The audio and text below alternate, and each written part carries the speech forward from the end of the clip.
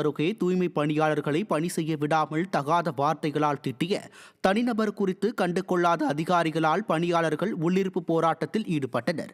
கோட்டூர் பேரூராட்சியில் சேகரிக்கப்படும் குப்பைகள் கொட்டும் இடத்தில் ஏற்பட்ட தீ விபத்தால் பேரூராட்சிக்கு சொந்தமான மற்றொரு இடத்தில் கொட்ட சென்றபோது தனிநபர் ஒருவர் குப்பை கழிவுகளை கொட்டக்கூடாது என தூய்மை பணியாளர்களை தகாத வார்த்தைகளால் பேசி திட்டியதாக கூறப்படுகிறது.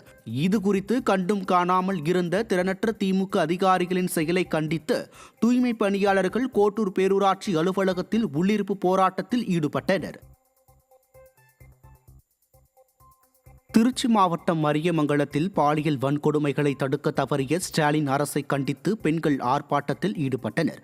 தமிழகத்தில் பாலியல் குற்றங்கள் அதிகரித்துள்ளதை கண்டித்தும் பாலியல் குற்றங்களுக்கு எதிராக கடுமையான நடவடிக்கைகளை எடுக்க வலியுறுத்தியும் ஆர்ப்பாட்டத்தில் ஈடுபட்டனர். இதில் பாலியல் வன்கொடுமைகளை தடுக்க தவறிய திமுக அரசுக்கு எதிராக பதாகைகளை ஏந்தி கண்டன முழக்கமிட்டனர். இதில் எஸ்டிபிஐ கட்சியின் மகளிர் அமைப்பான உமன் இந்தியா மூமெண்ட் அமைப்பைச் சேர்ந்த பெண்கள் உட்பட பலர் கலந்து கொண்டனர். விழுப்புரம் மாவட்டம் திண்டிவனத்தில் சாலையின் மையப்பகுதியில் பள்ளம் ஏற்பட்டு 2 நாட்களாக சரி செய்யாமல் வாகன ஓட்டிகள் அவதியடைந்து வருகின்றனர். நேரு வீதி சாலையில் 20 அடி ஆழத்திற்கு பள்ளம் ஏற்பட்டது குறித்து துறை சார்ந்த அதிகாரியிடம் கூறியும் நடவடிக்கை எடுக்கப்படாமல் உள்ளது. ஸ்டாலின் ஆட்சியில் திண்டுக்கல்லில் அமைக்கப்பட்ட மேம்பாலம் சரிவர சீரமைக்கப்படாமல் உள்ள நிலையில் வரியை மட்டும் நகராட்சி தீவிரமாக வசூலிப்பதாக பொதுமக்கள் குற்றம் சாட்டினர். சாலை பள்ளம் விழுந்து 2 நாட்களாகவும் எந்த நகராட்சி நிர்வாகமும் தேசிய நெடுஞ்சாலைத்துறை நிர்வாகமும் எந்த விதமான நடவடிக்கையும் எடுக்கவில்லை. கிட்டத்தட்ட 10 அடி ஆழத்திற்கு மேல் பள்ளம் விழுந்து சென்றிருக்கிறது. இதுவரை எந்த ஒரு அதிகாரியும் வந்து பார்க்கவில்லை. இது மட்டுமல்ல, திண்டிவனம் நேரு வீதியில் உள்ள மேம்பாலம் சுமார் 20 ஆண்டுகளுக்கு முன் கட்டப்பட்டு இன்றைய வரையிலும் போக்குவரத்துக்கு சீர் செய்யப்படும் என்று சொல்லியும் போதிய சாலை போக்குவரத்துக்கு இல்லாத இடைஞ்சலாக குதிரை வண்டியில் போடுவது மாதிரி போய்கொண்டிருக்கிறது. திருவண்ணாமலை மாவட்டம் குப்பநத்தம் அணை அருகே செய்யாறு குறுக்கே பாலம் அமைத்து தர வலியுறுத்தி விவசாயிகள் கவன ஈர்ப்பு ஆர்ப்பாட்டத்தில் ஈடுபட்டனர்.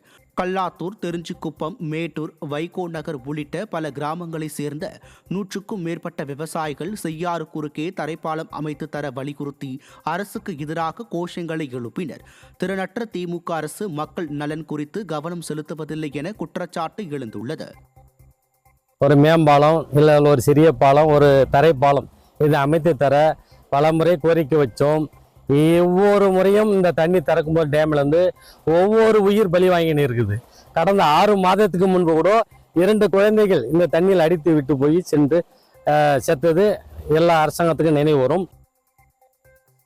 தர்மபுரி அருகே இலங்கை தமிழர் மறுவாழ்வு மையத்திற்கு புதிதாக கட்டித்தரப்பட்ட குடியிருப்புகள் அடிப்படை வசதிகள் இன்றி தரமில்லாமல் இருப்பதாக இலங்கை தமிழர்கள் குற்றம் சாட்டினர். நாகாவதி அணை பகுதியில் கடந்த ஆண்டு மார்ச் மாதம் திறந்து வைக்கப்பட்ட வீடுகள் தரமற்று கட்டப்பட்டுள்ளதால் சுவர்களிலும் மேற்கூரையிலும் தண்ணீர் கசிவதாகவும் போதிய குடிநீர் வசதி, சாலை வசதி இல்லை என்றும் குற்றம் சாட்டினர்.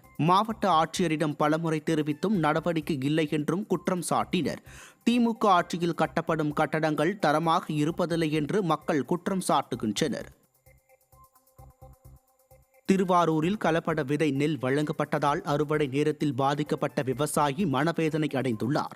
நீலனூர் பகுதியைச் சேர்ந்த சண்முக சுந்தரம் என்பவர் நடப்பு சம்பா பருவத்தில் சுமார் 26 ஏக்கர் நிலப்பரப்பில் பிபிடி நெல் ரகம் பயிரிட்டுள்ளார்.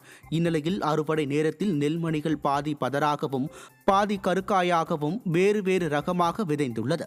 இதுகுறித்து வேளாண் துறை அதிகாரிகளிடம் முறையிட்டும் நடவடிக்கை எடுக்கவில்லை என கூறப்படுகிறது. திறனற்ற திமுக ஆட்சியில் தங்களுக்கு இருண்ட காலமாக இருந்து வருவதாக விவசாயிகள் வேதனை தெரிவித்தனர்.